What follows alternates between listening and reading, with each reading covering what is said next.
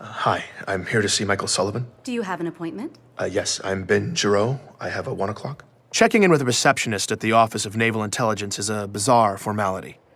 Announcing myself, her asking me who I was there to see, it was all just an antiquated conversation, part of their efforts to put a more human face on the operation. In reality, surveillance knew where I'd been every minute since I'd stepped onto transit back at home. Throughout the morning, as I'd made my way from the Boston terminal, this receptionist had likely been prompted with dynamic updates of my exact arrival time, deviations from my optimal course, bathroom breaks, my average walking speed, however they did it. They'd been expecting me. I'll let him know you're here, Ben. Okay, thank you. The whole ONI facility was sleek and stark. Everywhere you look, it's sharp lines, the highest quality materials. Most striking, though, was the overwhelming amount of space and silence. This waiting area was particularly sparse. 2 minimalist carbon fiber chairs set 20 feet from each other. I also noticed the seats seemed oddly low to the ground. I picked one and sat down. This chair was really low to the ground. It was awkward. I was probably looking at 60 to 90 minutes of customary wait time here, and squatting like this was not going to help my anxiety level. But I was just pulling up some busy work when the door behind reception suddenly slid open. Ben, Mr. Sullivan will see you now. Now. Yes. I awkwardly struggled up from the chair and crossed the room. My heart was racing. Thank you. She didn't respond. I stepped into a narrow, empty hallway full of closed doors. I was about to turn around and ask where I was supposed to go, but the door immediately closed behind me. The lighting in the hallway shifted, indicating a closed door at the far end. I walked down the hallway past what I assumed were offices.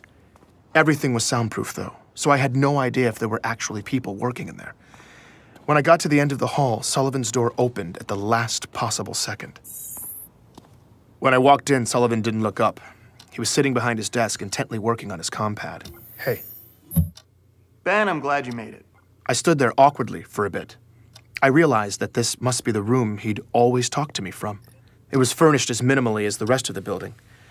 There were a few shreds of actual personality on display behind him, though. A couple of knickknacks and this antique, simulated analog clock. Sullivan still hadn't looked up. Should I? Make yourself comfortable. Okay, yeah. He continued swiping on his compad. I sat down in the chair, just like the other one. My knees were at my ears. I felt oddly far from his desk, too. I tried some small talk. If I didn't take you for an antiques guy, Sullivan, where'd you get the clock? Oh, I've always had it. Nice. So, How's the story, Ben? It's good. You getting what you need? Absolutely. Want to make sure you're getting all your questions answered. Great. No, yeah, I am. I mean, Perfect. I was still desperately trying to figure out what was happening when Sullivan stopped swiping. He looked up at me for the first time, and he had this little twinkle in his eye. There's someone who'd like to talk to you, Ben. I'm Benjamin Giroux, and this is Hunt the Truth.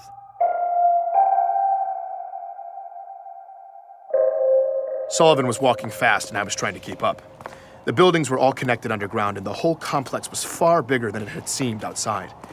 As he led me deeper into the maze, the feel gradually became less corporate and more military. And the more military it got, the more nervous I was getting. didn't realize they let civilians in this far. It's a special day, Ben. Sullivan's department had seemed almost vacant, but now there were more and more people moving through the halls, mostly in uniform. They didn't speak or look up. They just stared down at their compads like Sullivan, swiping as they walked. The ice-cold efficiency of everything was striking. We're here. Sullivan led me into a large, dark conference room, and the door closed behind us. In the center of it, there was a massive, well-lit conference table with several chairs around it. Beyond the lights, the edges of the space and high ceilings faded into shadow. Have a seat. I did as I was told and sat in one of the chairs. It automatically sank beneath me. I squinted into the darkness. I made out that one of the walls was entirely black glass, probably for observation. Need any water? No, I'm all good. I'm all good. Thank you. Who am I? Oh, do you need to do a mic check or anything? Mic check? Mic check? Are we... I want to make sure you get all of this. Get all of... What? Listen, I just... Relax, Ben. This is gonna be big. Sully, I just wanted to say that Ben, he's about to walk in. Focus. Sully, I just wanted to say that I had every intention... May I present to you Senior Chief Petty Officer Franklin Mendez. Hi, Ben. How are you? I stood up. The man who walked in was extraordinarily decorated. Gold stars, silver stars, bronze stars, purple hearts, the Legion of Honor. He looked gritty and hardened, probably by decades of battle. Good afternoon, sir. We gonna talk about the chief? Mendez is the man who trained the chief, Ben.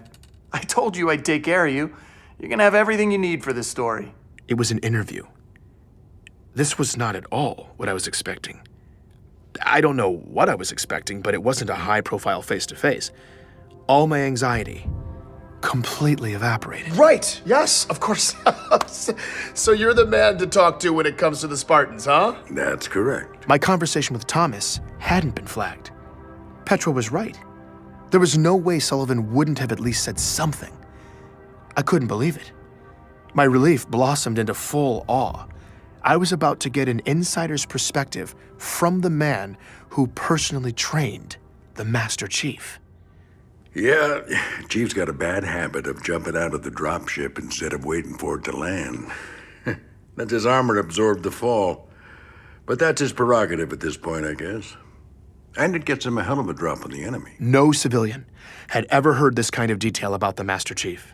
Mendez told me that it wasn't long after boot camp that John's unique combination of abilities and drive established a fledgling reputation for the young man. That kid blew me away. His acumen, his mental quickness, his physical abilities, tactical judgment. I could tell even from a young age that John was a burgeoning, complete package. There was no question in my mind that he was ready for the augmentations. And he couldn't wait. Once John had the procedures done, Mendez said everyone was blown away by the results. Medical engineers said his systems integrated flawlessly with the tech. His recovery time was impressively brief. But what was most incredible was how quickly his brain was able to acclimate to the upgrades. It can be like starting from scratch again after those procedures. You're remapping your whole neurology. But while the other guys were still trying to learn to walk, John was running and jumping and kicking ass. I'd never seen anything like it. This was the birth of the Master Chief. He advanced rapidly, proving himself time and again in the field, constantly re-raising the bar for what a Spartan could be asked to do. Throughout his career, Mendez had gotten to analyze everything these elite soldiers have done in the field. He regaled me with accounts of the Spartan single-handedly taking out dozens of the Covenant. He spoke to the insuperable speed, strength, and accuracy that continued developing over the years. He spoke to Chief's unwavering dedication, his insurmountable will. But according to Mendez, it was something else that would ultimately inform this military legend. I've never seen a man, augmented or not, be able to make such extraordinarily high-stakes decisions so quickly. Chief will find himself facing a complex scenario in a dense field of variables and almost instantly weigh the costs and benefits, immediately generating a creative solution. He faces dilemmas, ethical, tactical, tough situations that would buckle most human beings if they had a year to mull it over. But he makes the call, usually on the fly, and it's the right call. It's extraordinary. Not to mention, of course, that he then makes a superhuman jump onto an enemy craft in mid-flight, yanks the pilot out of the cockpit, commandeers the bird, and then rams it back down the enemy's throat. The man can execute, too.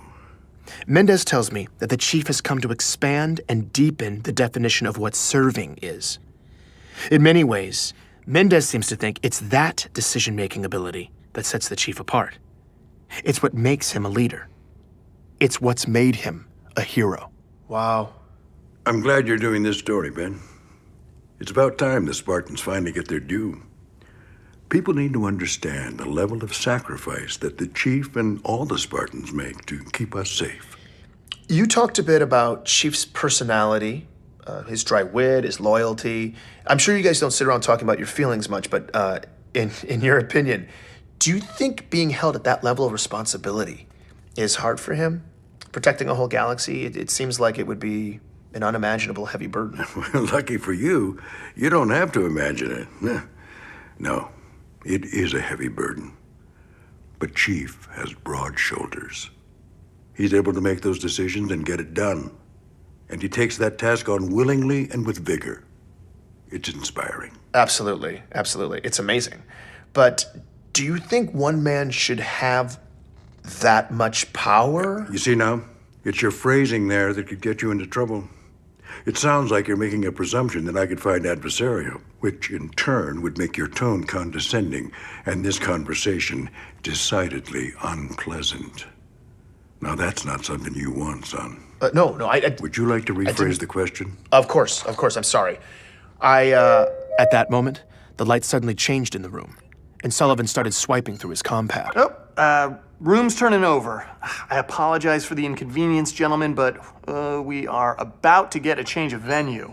I'm sorry, what I should have said was, if we're leaving these kinds of decisions... Sorry, Ben, hold on a sec. It, looks like we've got access to Jasper 9 now, so we can just head down there if that's all right. Fine with me. Okay. Yeah, it's a short walk. Gentlemen, hold that thought. Looks like I've got somewhere else I need to be. No problem. I can wait. Shouldn't be long. Sullivan can reschedule us for around 1600. Perfect. I appreciate it. You should appreciate what my Spartans did instead. The only reason you're breathing the air you need to even ask these questions is because they sacrificed more than you'll ever know. Mendez split off down the hallway as a line of large men in suits silently filed past and disappeared into the conference room behind us. Sullivan was on the move again, buried in his compad. I followed after him. Sullivan! Yep. Yeah, where should I report? It's at 1600? It's not up yet? Let's see. Oh no. Wait a minute. What? Looks like we're getting a request for raw now. Yep. For me? Yeah, you're shipping raw files off for edit by 0900 Thursday. No, hold on. I can't ship off the raw files. It's all back at home. You just received boarding docs for the 5:30. That leaves you 24 hours to upload when you get back. Wait, I've only done mock-ups for the first few episodes. That's editorial, Ben. Let them worry about it. What about Mendez then? That was awesome. But I didn't finish You got amazing stuff from him, man. Killer interview. Love it. If the other stuff is even half that good, the story's going full distribution, wide stream. Okay, I know. I'm still in the middle of it though, so I can just wait for him. Sullivan, I can wait here and finish the interview with Mendez. I've got time. Sullivan stopped walking when I said that. He turned around and walked right up to me. For the first time all day, possibly for the first time ever, I felt like he was giving me his complete, undivided attention. Ben, you don't have time. You have a deadline and a boarding pass for the 5:30. Okay? In that moment, it dawned on me that perhaps my waypoint conversation with Thomas Wu had been flagged. Sullivan turned back into Sullivan and kept moving. Seriously though, man, amazing stuff. And remember, once this story hits, they're all gonna be eating out of your hand. Travel safe. You earned this, buddy. For those of you who don't speak ONI, that was me getting fired. Your pass will expire in 9 minutes. And according to the AI, I was no longer a welcome guest. I was about to take the long trip home. Taking a second interstellar trip after less than 24 hours sucks enough when you haven't just lost your job. Once I was buckled in, all I wanted to do was get some sleep. But as we started to lift off the platform, something was bothering me. Actually, it was someone. So there's a guy complaining to the attendant in the next cabin.